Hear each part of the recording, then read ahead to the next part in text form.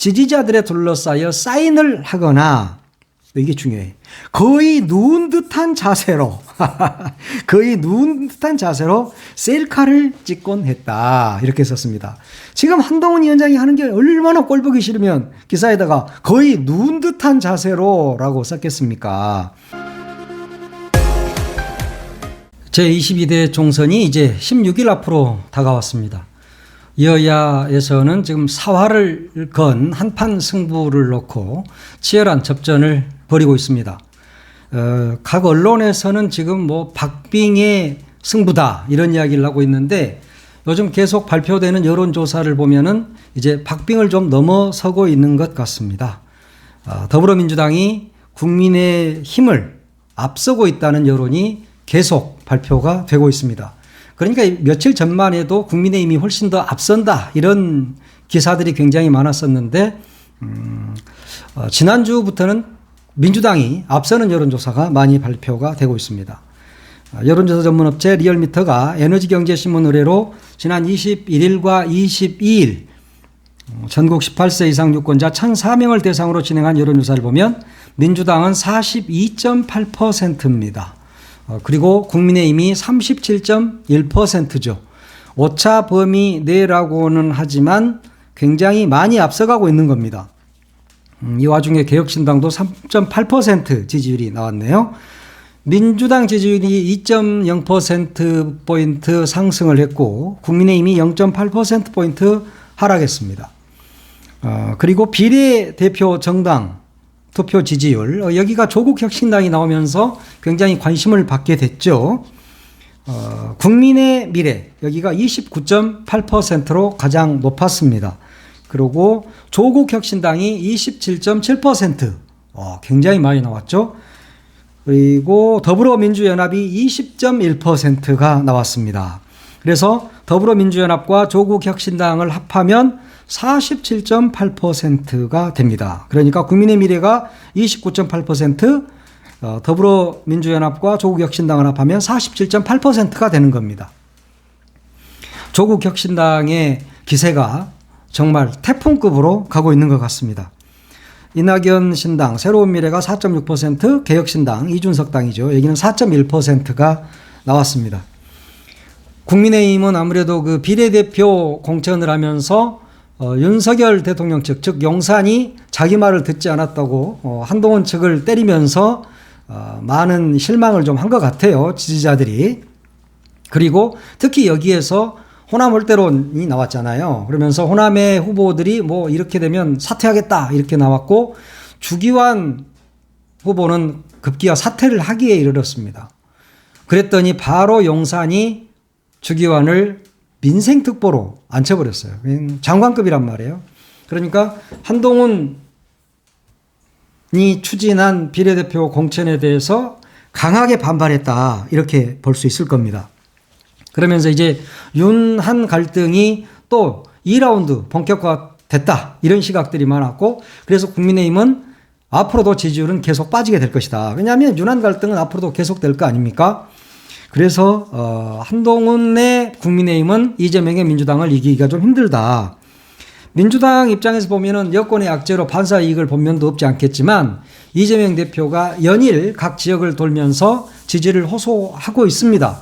그러면서 그동안 고구마 이재명으로 바뀌었다 이런 이야기가 있었는데 이제 사이다 이재명으로 변하면서 그 지지율도 끌어올리고 있는 것 같습니다. 다만 한 가지 지금 이재명 대표가 말을 많이 하면서 여기저기에서 이 보수 언론에서 지적할 수 있는 그런 흠결이 조금씩 보이고 있다. 이것은 민주당으로서도 악재가 될 수 있습니다.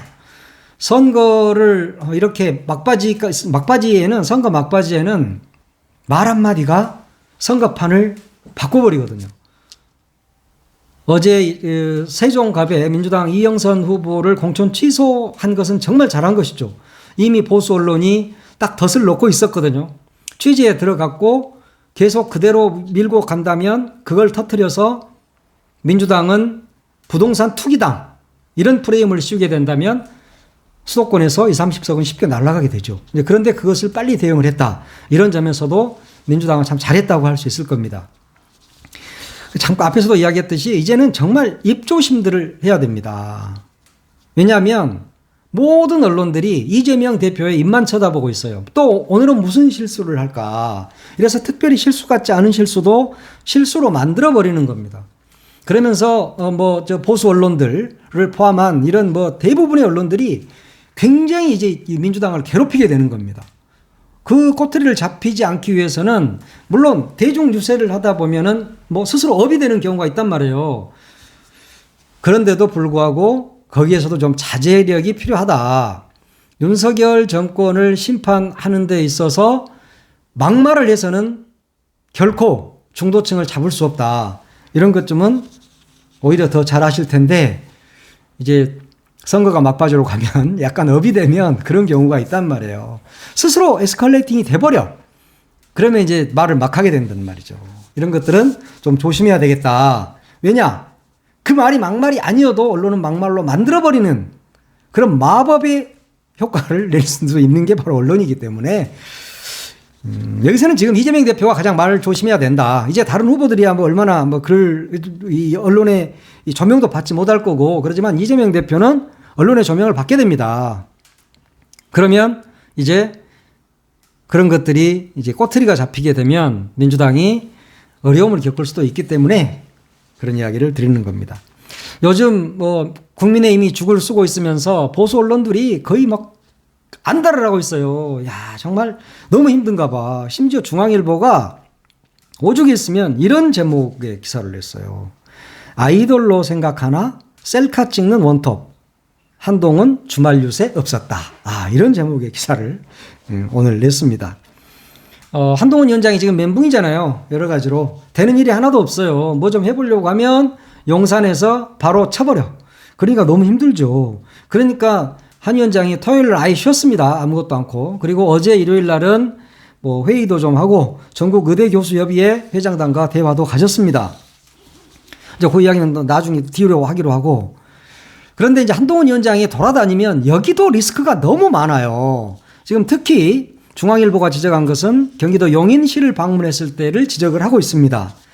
여기에서 용인 지역 후보들과 함께 퍼포먼스를 하기보다는 지지자들에 둘러싸여 사인을 하거나 이게 중요해. 거의 누운 듯한 자세로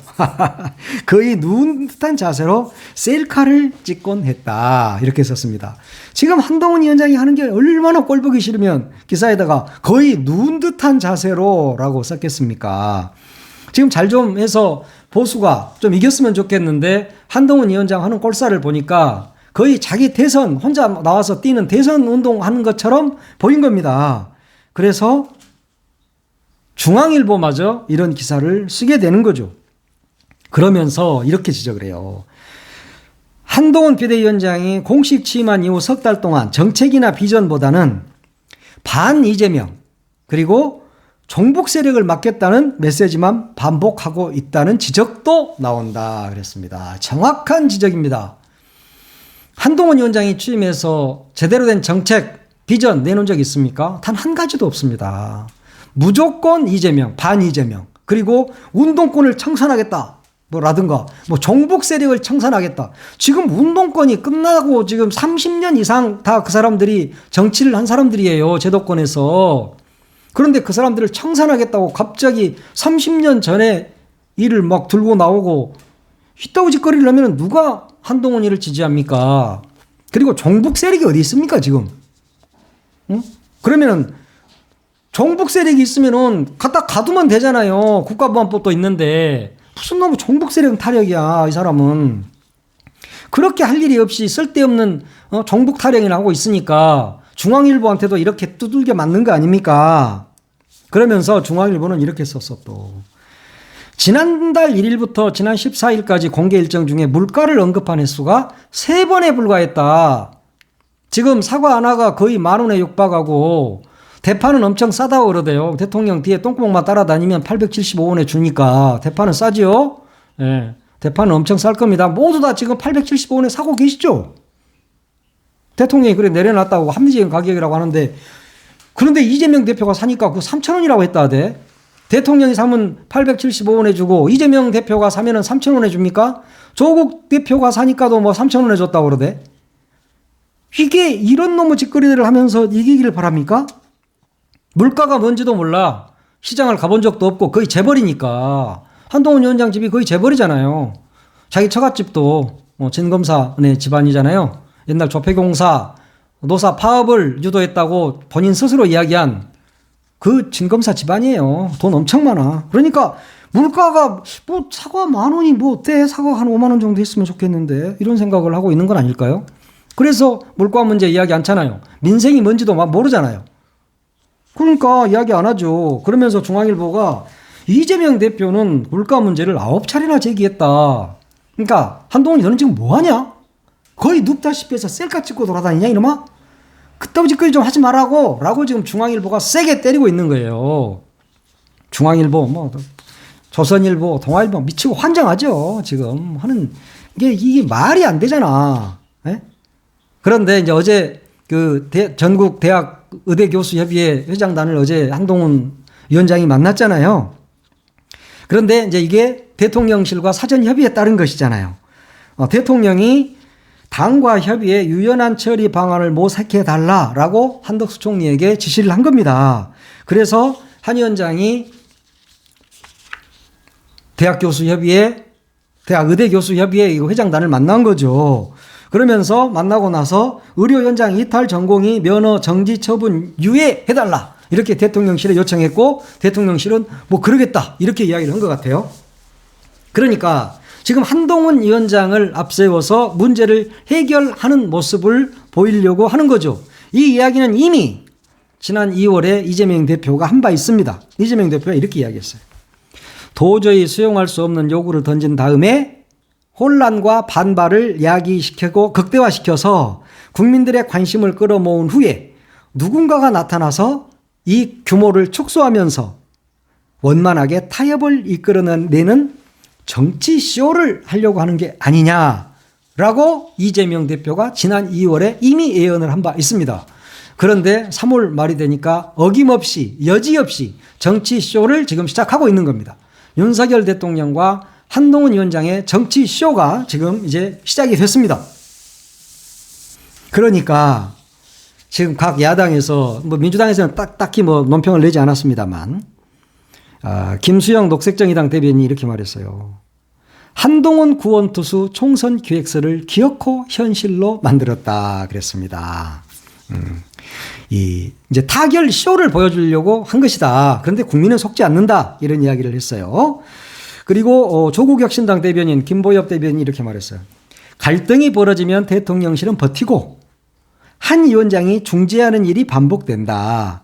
국민에게는 걱정을, 한 위원장에게는 표를 안기는 형태가 반복되고 있다. 이번에도 어김없이 그러고 있다. 하고 이야기를 하고 있습니다. 그동안에 이런 이야기는 끊임없이 있어 왔죠. 용산이 사고를 치고 한동훈 위원장이 나서서 타결을 하는 모양새를 취한다. 그러면 우리 한동훈 위원장님은 전지전능하시구나. 이렇게 위대하신 분이 우리 당을 이끌고 있으니 우리가 모두 다 국민의힘을 찍어야 되겠구나 라고 생각을 하도록 만든다는 것이죠. 그런 것이 바로 총선 기획설입니다. 이 사람들은 검사들을 하면서 기획수사만 해왔어. 인지수사, 기획수사 이런 것만 했잖아요. 딱 프레임 짜놓고 거기다가 가두고 안 되면 두들겨 패고 온 가족 탈탈 털고 처갓집까지 다 털고 이렇게 하면서 범죄를 만들어낸 사람들이다. 그러니까 총선도 기획을 하면 된다고 생각을 한 겁니다. 그래서 이런 기획을 한다고 누구나 봤어. 그런데 지금 의대 정원 확대 문제도 결국은 정치쇼를 하다가 이제 총선 기획으로 넘어가는 거죠. 윤석열이가 사고 치고 한동훈이가 해결하고 그래서 한동훈이는 전지전능하다. 이걸 보여주려고 하는 거잖아요. 그런데 의대교수협의회에서 오늘 성명서를 발표해버렸어. 어떡하지? 한동훈 위원장이 어제 막 다 해결한 것 같았어. 야, 그리고 그 좀 유연하게 해주세요. 뭐 그 의대생들 저 처벌도 하지 말아주고 전공의들 처벌도 좀 유연하게 해주세요. 그러니까 대통령실에서 그럼 그렇게 하지. 여기까지가 총선 기획설이란 말이야. 딱 기획이 했어. 그런데 오늘 전국의과대학 교수협의회에서 웃기지 마라. 그랬습니다. 자발적 사직서 제출과 외래 진료 축소를 예정대로 하겠다. 그렇게 이야기를 했습니다. 그러니까 지금 문제는 의대 정원 2,000명 증원 그리고 대학별 배정 이렇게 지금 다 이미 했잖아요. 그 부분에 대해서 어제 한동훈 위원장과는 협의를 하지 않았다라고 다 까버린 거예요. 그러니까 한동훈 위원장 가갖고 쇼만 한번 하려고 그랬지. 어차피 의사들이 다 대부분 국민의 편이었잖아요. 이전 선거 때도 그렇고 되게 이제 보수가 되게 많아. 거의 다 보수라고 보면 돼요. 그러니까 다 윤석열이 찍은 사람들이야 대부분. 그러니까 얘들하고 만나는 모습만 한동훈 위원장이 딱 보여주면 국민들이 개돼지니까 다 속은다고 생각을 한 거야. 그들 눈에 개돼지.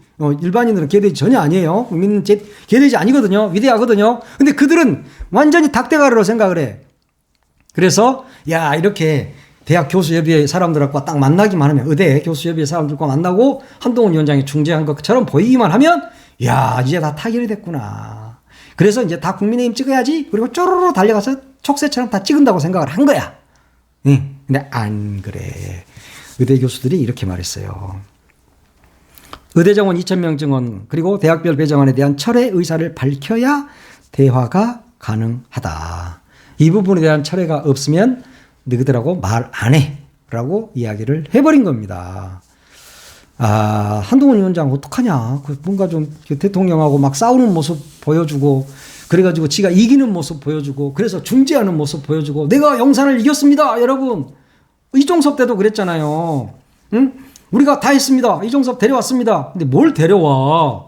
공관장 회의라고 만들어가지고 그냥 불러들인 거고 그런 거잖아. 근데 우리는 민심에 부응합니다. 민심에 부응합니다. 이따위 소리 떠들던데 뭐가 민심에 부응을 했고 뭐가 그것이 문제가 다 끝났습니까? 안 끝났잖아. 이종섭 문제가 시작이잖아요. 이제 안 끝났잖아. 근데 다 끝났다고 악쓰더니 또 어제는 의대 교수협의회 거기 의대 교수협의회 그분들과 만나가지고 와 뭐 의료 현장 이탈 전공의 면허 정지 처분 유예를 요청하고 각 보수 신문들은 유행을 요청한 것으로 알려졌다. 타결 정말 잘할 것이다. 이따위 소리를 하던데 오늘 전국 의과대학 교수협의회가 짝짓거려 버렸잖아.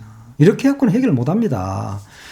의사 정원 늘려야죠. 물론. 그러면 현실적으로 대화를 하고 그들과 타협을 하고 타협이라는 표현은 좀 그렇지만 대화를 해서 현실 가능하게 만들어 가야지 2,000명 툭 던져놓으니까 의사들은 좀 황당하긴 하겠죠. 의사가 늘려야 되는 건 사실이지만 그런 것들을 단계적으로 늘린다든가 어느 지역에 어떻게 배치를 한다든가 이런 것들을 해야지 무작정 2,000명 늘려 휘떼 짓거리를 하면 됩니까? 누구나 지금 의사가 늘려야 된다는 건 알아요. 그러나 윤석열 대통령처럼 이렇게 거칠게 몰아가는 것은 문제가 있다라고 보는 거죠. 완전히 골마 터질 때까지 놔뒀다가 한동훈 위원장이 딱 나서가지고 백마탄 기사야? 나서서 내가 다 해결했습니다 여러분. 오늘 아마 유세 혹시 나가면 그런 말 하지 않을까요? 의대 정원 문제 내가 다 해결했습니다 여러분. 그러면 막 이러니까 좋아가지고 정신들 차려. 정신들. 이렇게 거칠게 해서는 국정을 운영할 수 없다. 그래서 조국혁신당이 말하잖아요. 3년은 너무 길다. 3년은 너무 깁니다. 오늘 여기까지 하겠습니다.